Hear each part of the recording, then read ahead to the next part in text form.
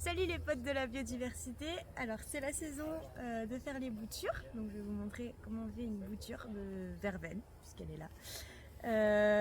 Vous avez dans la verveine des tiges principales et des tiges secondaires. Enfin en fait c'est dans toutes les plantes. Ça par exemple ça va être une tige principale. Hop, pardon, on a du liseron. Ça va être une tige principale et les tiges secondaires c'est toutes celles qui repartent d'une tige principale. Donc ça, tout ça.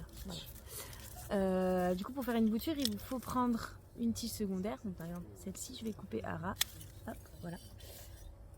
Et on peut faire des boutures, ce qu'on appelle des boutures aoûtées, du coup avec du bois, enfin de la tige qui a déjà du bois, ou sinon au printemps on peut faire avec les tiges vertes aussi. Du coup, pour faire la bouture on va enlever les feuilles du bas parce que les racines vont partir des nœuds. Alors ce qu'on appelle les nœuds c'est ces petits segments là.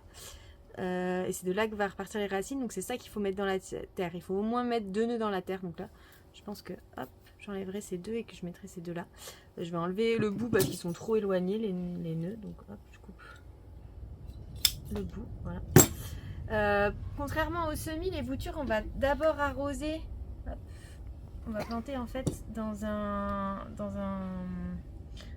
sol déjà humide parce qu'en fait comme on coupe la plante ça lui fera moins de différence d'être, enfin on va la mettre directement bien. 2 nœuds dans la terre, hop, et je vais couper là, voilà. Ces 2 nœuds je vais les mettre dans la terre et moi ce que je fais c'est que je coupe à moitié, hop, les feuilles. Comme ça je vois parce que les nouvelles feuilles vont sortir de là et je verrai quand elles sont nouvelles et je laisse un tout petit peu de feuilles pour la photosynthèse. Et en fait après c'est très simple, je mets juste les 2 nœuds dans la terre, voilà. Et ce que je vais faire c'est qu'il va falloir que ça reste tout le temps humide jusqu'à ce que ça prenne. Avec une grande tige vous pouvez faire plusieurs boutures. Donc là j'avais un autre bout, hop, je vais en faire une deuxième. Et toujours pareil, je coupe à moitié les feuilles. Je vais le faire à la main, ce sera plus simple. Tac, voilà, et je mets 2 ou 3 nœuds dans la terre, tac, voilà, comme ça. Et là, j'aurai plus qu'à arroser et à attendre.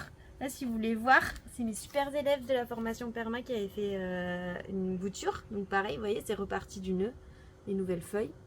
Et c'était vraiment une tige et là ça y est elle commence à avoir une belle tête. Ça a été fait, c'était à la dernière formation, du coup c'était fin juin et là on est début août, donc voilà la tête que ça a.